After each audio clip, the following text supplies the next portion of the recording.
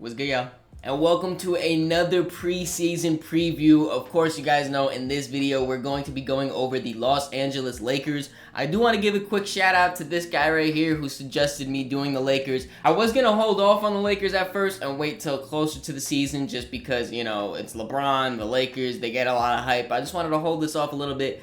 But they went out and just made a crazy move, signing Christian Wood to their team to complete their offseason. It's just like the cherry on top. And then again, I just want to let you guys know these are the list of teams that we're doing. We already did the Knicks, we already did the Nets, so make sure you go check those out. If you see your favorite team on that list right there, comment down below. I'll move it up to the top of the list and I'll get it out quicker for you guys. But as always, let's start off by talking about the Lakers' key additions. The Lakers took this offseason to revamp their role players and bring in a bunch of guys that they saw that fit next to LeBron and Anthony Davis together. Some of the free agents that I think are going to have the biggest impact on this Lakers team, though, is Taurean Prince, Gabe Vincent, Christian Wood, and Cam Reddish. Now, I want to start off by talking about this Christian Wood signing because it has sent Twitter into a frenzy. There's like a perfect storm going on right now to really blow this signing out of proportion. One, it involves the Lakers. You know, ESPN, all the big market teams or whatever, they always want to talk about the Lakers.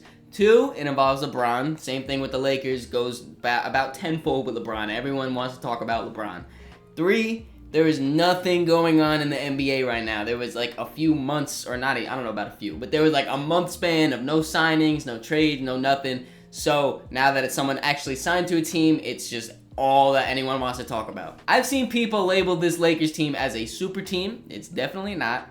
I've seen people mock Christian Wood into the starting lineup. We'll get to my potential rotation for this Lakers team, but spoiler alert, he's not starting. I've even seen people make graphics of who's stopping this big three, and it's LeBron, Anthony Davis, and Christian Wood.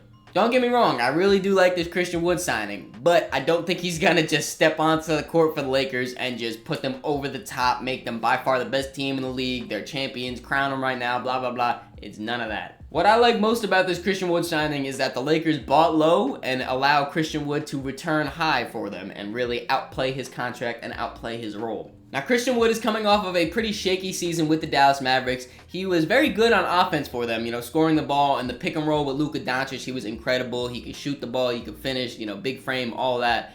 But where he really is just he's very bad, is the defensive side of the ball. A lot of people criticize his motor, his effort, just, you know, he's standing right there in position, but won't go up for the contest. And where I really like this signing for the Lakers is if he's doing that, he's not giving you effort, he's kind of just lackluster out there on the court, you can bench him. He was only worth $3 million this season. And if it's really, really that bad and you need a different big in the rotation, you just signed Jackson Hayes that can put him in, and he's making the same amount of money as him. You could just easily slot him in right there if you want more of a defensive big. This also allows the Lakers to run a very big front court of LeBron, Anthony Davis, and Christian Wood in spurts. I'm sure having Anthony Davis down low as your help side will also make Christian Wood look like a better defender. I think that this is a perfect signing right here. Again, I don't think he's going to go out there and average 20 and 10 for the Lakers, but he's going to be productive. And then with the other signings, I think the Lakers just brought in a lot of really good LeBron role players. We're going to leave it at that, highlighted a little bit later on in the video. But I've already mentioned before, Taurean Prince, he was in my most underrated signings video. If you haven't checked that, go check out the video. But I talked about him being super underrated. Gabe Vincent, I really like that signing as well. Cam Reddish, I'm kind of on, but, you know, again, it's kind of like that buy low thing, and then hopefully they return high. And it's technically not an addition, but it was part of the Lakers offseason, them bringing back Rui Hachimura, D'Angelo Russell, and Austin Reeves. I thought they were for sure losing at least one of those three going into the offseason. They were able to get them all back on pretty good deals. I just love this offseason for the Lakers. They did lose some key players, though, don't get me wrong, so let's go take a look at those guys. As I mentioned before, with the Lakers re-signing Rui, Austin, and D'Lo, majority of their key core players were able to be kept, but they did still lose out on Dennis Schroeder, Lonnie Walker, and Malik Beasley. The Lakers are definitely losing some of their guard production from last season. I want to start off by shouting out Dennis Schroeder, who's going crazy in FIBA right now for Team Germany. As I'm saying this, tomorrow, Germany versus USA in the semifinals, so by the time you guys see this, it already happened. Hopefully I didn't jinx him. You know, hopefully USA still wins, but hopefully I didn't jinx you, Dennis. Point being, though, I really like a lot of the things that Dennis brings to the basketball court. You know, scrappy on defense, got some playmaking there, just a lot of effort and hustle. And it sucks that the Lakers are losing him, but the signing of Gabe Vincent definitely patches up some of those holes. Gabe brings a lot of the same things that Dennis Schroeder does as an undersized point guard. You know, when you talk about Gabe Vincent, he is a scrappy defender, does a lot of effort plays, a little bit of playmaking here. He even is a better three-point shooter than Dennis Schroeder, so some would argue that they kind of upgraded over Dennis Schroeder. And even though Malik Beasley wasn't too good for the Lakers, and Lonnie Walker was kind of up and down for them, losing out on both of those shooting guards is definitely going to hurt their depth. But again, luckily for the Lakers, they have a guy named Austin Reeves who has also been killing it in FIBA for Team USA. He's really positioning himself for a breakout year. Can Austin fill that whole void of shooting guard, though? I'm not really too sure. And now that we've recapped and discussed all of the Lakers' major moves this offseason, let's take a look at their potential depth chart. The starting lineup pretty much staying the same from the Lakers' playoff run last season. D'Angelo Russell and Austin Reeves in the backcourt with Jared Vanderbilt, LeBron James, and Anthony Davis in the frontcourt. Off the bench is where you see a bunch of new names though, with Gabe Vincent, Cam Reddish, Taurean Prince, a familiar face in Rui Hachimura, and then the newest Laker, Christian Wood, rounding out the bench five. When I look at this Lakers rotation, they really have potential to be one of the deepest teams in the entire NBA. As I alluded to before, they revamped their entire bench. The only same Laker on that bench is Rui Hachimura, who was incredible for the Lakers in this playoff run. Really great offensively. And they just filled out the rest of the bench with really high quality role players. Players that can play defense and players that can shoot the ball. And you could definitely tell an emphasis on improving the three-point shooting of this Lakers team was one of their main focuses this offseason. Bringing in guys like Taurean Prince, Gabe Vincent, and Christian Wood, three guys who could really shoot the ball well, space out the floor for Anthony Davis, space out the floor for LeBron James. That's kind of like the recipe for success. And I feel like with a healthy LeBron and a healthy Anthony Davis leading the way, this team definitely can make a lot of noise this season. I think the Lakers have definitely learned from their mistake of just going for the big names, and they're really just going for players that really fit what they're trying to do. And what they're trying to do is play LeBron ball. It's not too hard to figure out, but if you go back and look at all of LeBron James' teams, the ones that are most successful are the ones surrounded by players that can play defense and shoot the ball. And here you can see some Lakers rotational players with their three-point percentage and their stocks from last year. For those of you who don't know, stocks are when you just add their steals per game and their blocks per game. The Lakers have 4 players that shot over 37% from 3 last season. And if you add Rui, who shot 49% from 3 in the playoffs last year,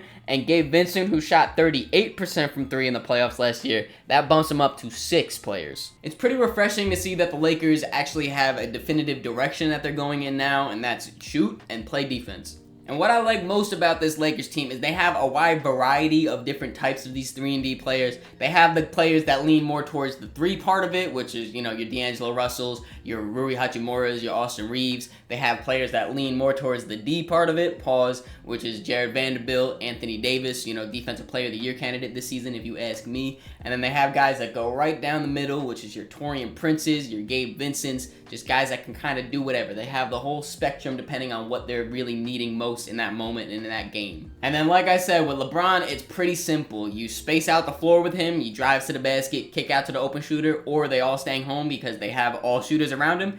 Yam that bitch, lay it up, get to the free throw line, whatever. Then on the opposite side of the floor, you lock in, you get a stop, boom, kick out in transition. You force up a bad shot, don't worry, LeBron got the rebound, all the way down court, touchdown. That's 2 easy points for you. I definitely think that this Lakers team is built from foundation up, foundation being Bron and AD, and then just building around them as you craft this team up. And I think it's going to be very, very good, but they still do have some flaws. Their biggest flaw being their guard depth. They really do not have a lot of valuable guards on their roster. I am really happy with their top 3 guys though, D'Angelo Russell, Austin Reeves, and Gabe Vincent. I think all 3 of those guys are easily rotational pieces on all 30 teams. Once you look past those 3 though, it gets pretty shaky, starting off with Cam Reddish, who's now on his 4th team in 3 years. Max Christie, who's going into his 2nd season, who doesn't have much meaningful NBA basketball under his belt. And then their rookie first-round draft pick, Jalen Hood-Schifino. If I'm being honest, this guard depth problem for the Lakers, it's not the biggest deal. It's definitely their biggest hole in their roster, but I don't think it's the end of the world for them. Luckily for them, they have 3 kind of combo guards that can either play the point or play off ball, so it's going to be really good to interchange those guys, of course being D'Lo, Austin Reeves, and Gabe Vincent. And then on top of that, they have one of the best point guards in NBA history with LeBron James. You know, his all-time great playmaking, his all-time great basketball IQ and mind just to break down the game.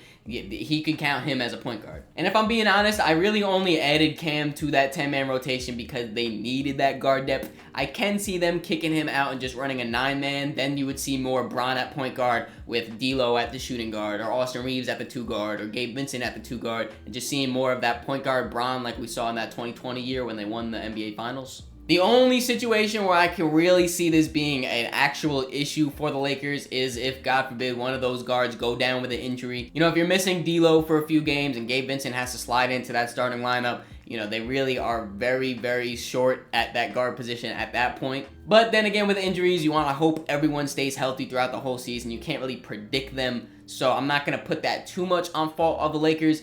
But, you know, if they added just one more competent guard, I would be extremely ecstatic with this roster. And with that being said, we are moving on to the floors and ceilings. Of course, we're always going to start off on the high note with the ceilings.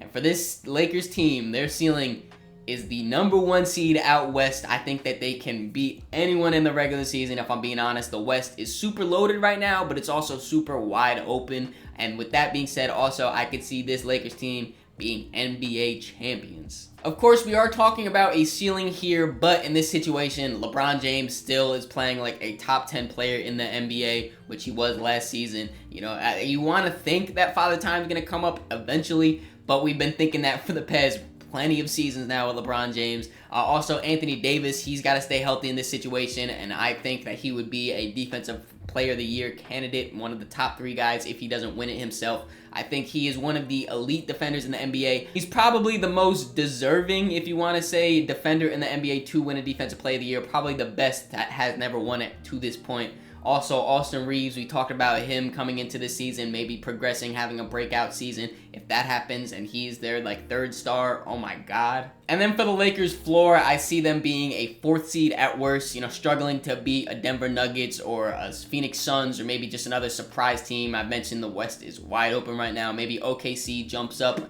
or maybe the Kings are back up in that top echelon this year again. In this situation, maybe LeBron or Anthony Davis or the both of them kind of struggle with knick-knack injuries throughout the season, causing the Lakers to drop a few games, drop to that 4th seed. But even though they are just the 4th seed in this situation, I still have them making a deep playoff run, making it to the Western Conference Finals, where they will fall to a Denver Nuggets or Phoenix Suns team. And that's not really a slight to this Lakers team. I've been singing their praise throughout this whole video, basically. I've been talking about how perfectly I think they're orchestrated with their role players and their stars and this and that and that. It's just, this West is wide open right now. The Nuggets have arguably the best player in the NBA with one of the best starting 5s in the NBA as well. The Phoenix Suns, that big 3 that's coming in, a lot of star power there. Regardless how it shakes up, it's definitely going to be a fun season for Lakers fans. Let me know where you guys think the Lakers are going to rank this season. If you enjoyed this video, make sure you leave it a like, subscribe so you don't miss the next one. In the description, there's links to all my social medias, so make sure you follow me on all those to keep up to date with me. Catch y'all.